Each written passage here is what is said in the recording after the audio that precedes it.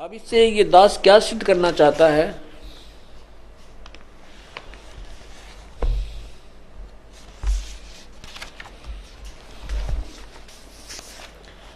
ये सिद्ध करना चाहता है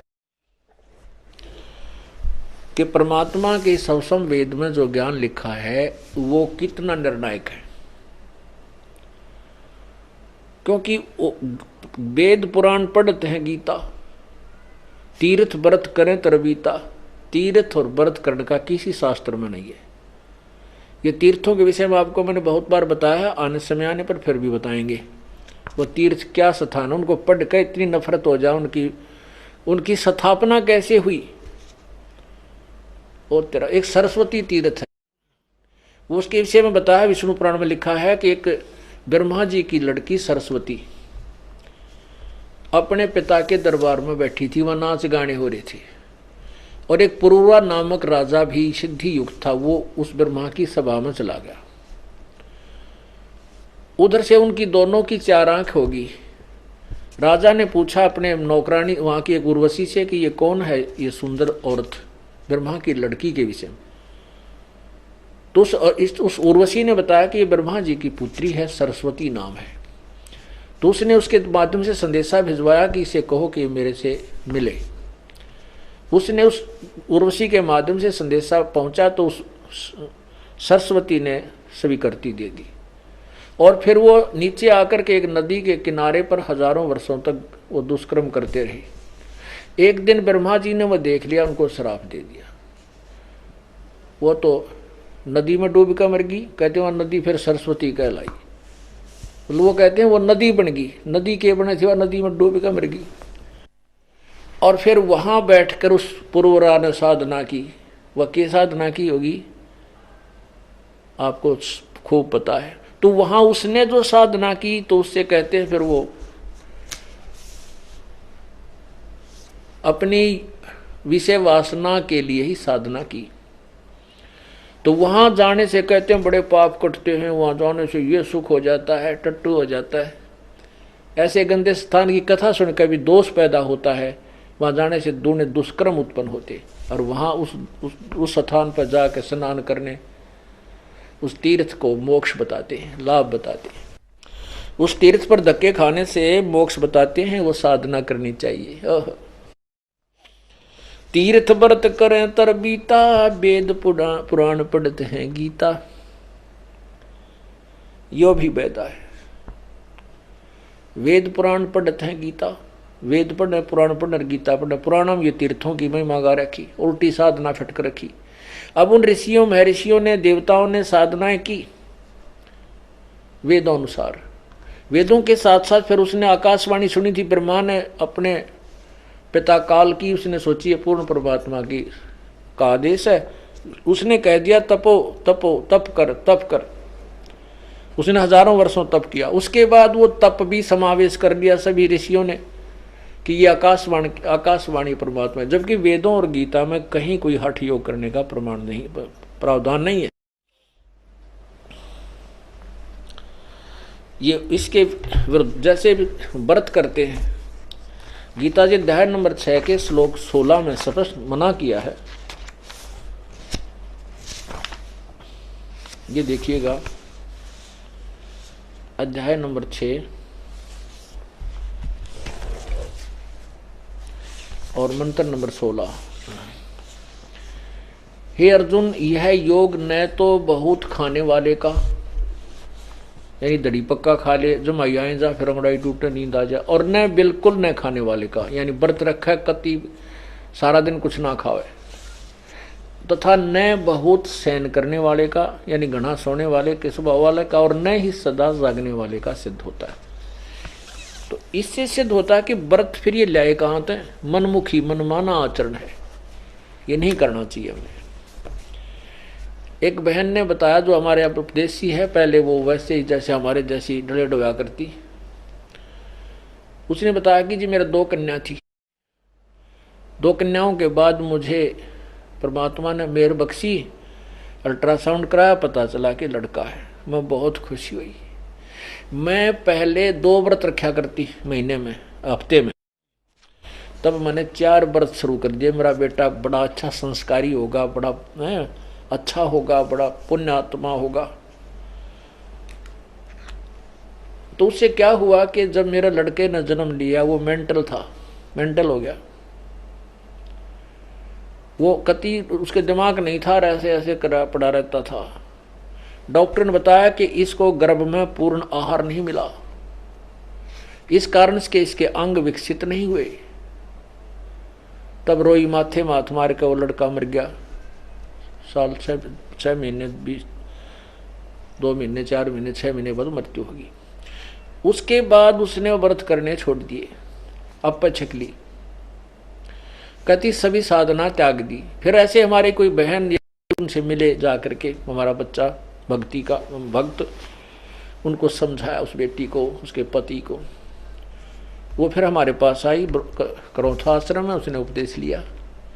10वें महीने मालिक ने वो छोरा दे दिया, लड़का दे दिया। इतना अच्छा लड़का, वो आते हैं लेकर पूरा परिवार, और आँखें में पानी भर भर कर रोती है वह बेटी कि बहुत बुका रखे थे हम। मैं बहुत धार्मिक थी, बचपन से साधना करती थी, और उसका परिणाम मुझे ये हुआ। अगर वो मेरा बेटा ना मरता और वो ठीक ठाक हो जाता तो मैं और नरक में जाती, उस साधना को नहीं छोड़ती। ठीक है, उस पुत्र ने मुझे ठीक दिशा दे दी। मैं यही सोचती हूँ, परमात्मा मेरी आँख खुल गई। तो पुण्यात्मा, ऐसे मनमुखी साधनाएं करने से हम हानि उठाते हैं, लाभ नहीं। इसके विषय में परमात्मा बताते हैं कि जीवित जग में जूती पड़े फिर जम तोड़े छाती। यहाँ जीवित या बिरान माटी होगी कि लड़का ऐसा हुआ, और आगे पता नहीं के होंगे, वो यम के दूत छाती तोड़ेंगे, वो नारा दुख।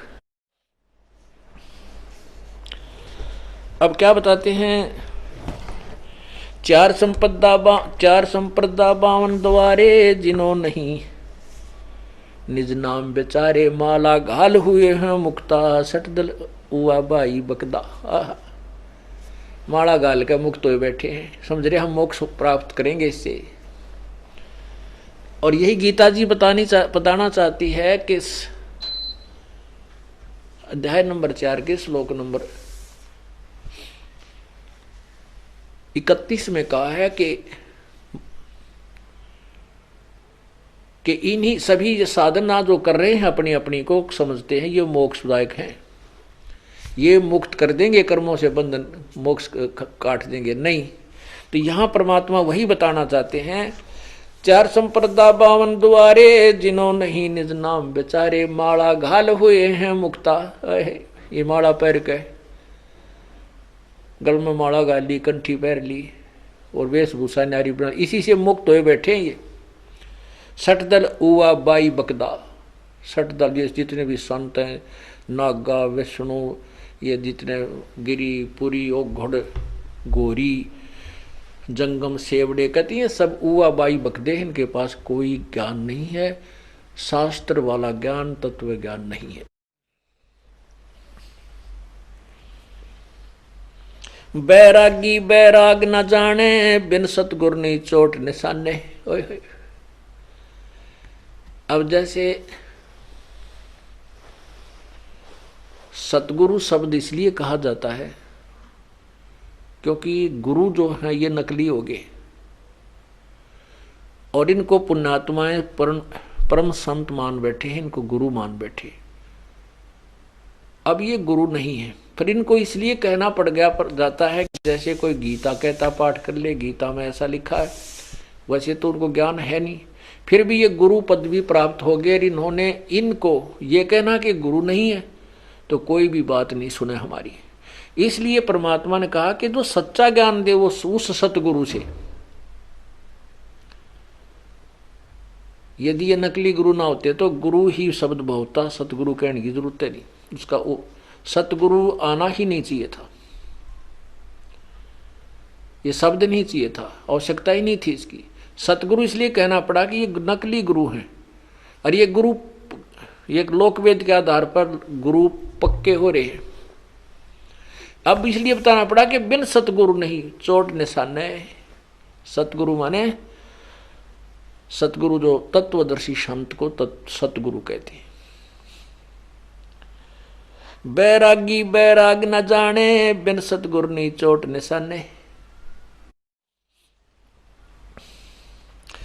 बारह बाट बिलोरी, 12 बाट बेटम बिलोरी, सठ दर्शन में भक्ति ठगोरी। ये 12 बाट हैं, ये बेटम माने ये पाखंडी, ये बिल्कुल 12 बाट हो जाएंगी। और इस 60 दर्शन में भक्ति ठगोरी, ठगी की भक्ति है, झूठी कपट की भक्ति है, ये यथार्थ साधना नहीं है।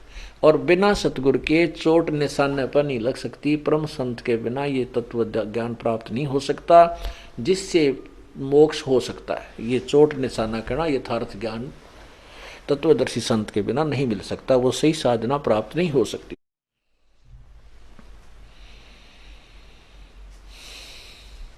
सन्यासी 10 नाम कहावे, शिव शिव करे न संशय जावे। निर्वाणी नी कच्छ निसारा, भूल गए हैं ब्रह्म द्वारा। ये ब्रह्म तक भी नहीं पहुंच पाते। 10 नामी साधु कौन से हैं? 10 नियम बना रखे उन्हें। 10 नियम ये बना रखे हैं, भाई कंठी होनी चाहिए, माला होनी चाहिए, ऐसा होना चाहिए, ऐसा कपड़ा होना चाहिए, ऐसा खाना चाहिए, ऐसा सोना चाहिए, इसी में जगना चाहिए, इसी में सोना चाहिए। ये नहीं, इनको 10 ना अरियन ना कर रटना लगाना चाहिए। ये रोज जाप करो। परमात्मा कहते हैं 10 नाम, सन्यासी 10 नाम कहावे, और शिव जी के उपासक हैं ये। शिव शिव करे न संशय जावे। निर्वाणी ने कच्छ निसारा, भूल गए हैं ब्रह्म द्वारा। ये भी वैदा है, वैधे से भेद अलैदा, यो भी वैधा। सुन सन्यासी कुल क्रमनासी, बगवे प्योंदी भूले धोंदी। छल छिद्र की भक्ति ना कीजय, आगे जवाब कहो क्या दीजिए। सुन सन्यासी कुल क्रमनासी,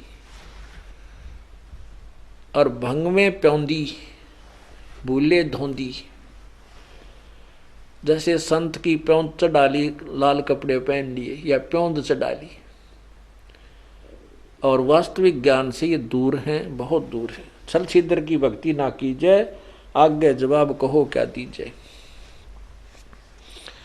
अन्य कैसी साधना करते हैं? कुछ ऐसी साधना करते हैं, भरम करम भैरव को पूजें, सत शब्द नहीं साहेब सूझें। माला मुक्ति कक्कड़ हुक्टी, बाणा भोड़ी भांग भसोड़ी। बाना गौड़ी भांग बसोड़ी, यो भी वैदा है, वैदे से भेद अलैदा। यो भी वैदा है। ये दंडी सन्यासी, ये भी 60 दर्शनियां में आते हैं, ये 60 दर्शनों में आते हैं। और ये शिव के ही उपासक या विष्णु के उपासक होते हैं। 60 दर्शनियों में शिव उपासक भी होते हैं। तो ये कहते हैं भांग पीवें और उकटी पीवें, तमाकू। जति जलाली पद बिन खाली, नाम न रत्ता घोरी घत्ता। मंडी बसंता ओढ़े कंथा, बन फल खावे नगर न जावे। यो भी वैदा है। जंगम जैनी फोकट फैनी, नाम न चीना गुरु गुण हीना। यो भी वैदा है। अब क्या बताते हैं कि जंगम जैनी फोकट फैनी। ये जैनी हैं, जंगम शेवड़े जितने भी साधन ये फोकट हैं। फनी माने विनाशक, नाशदायक इनकी साधना है। ये जीवन नष्ट करने वाली, फैनी माने जीवन नष्ट करने वाले, लोग दिखावा करने वाले।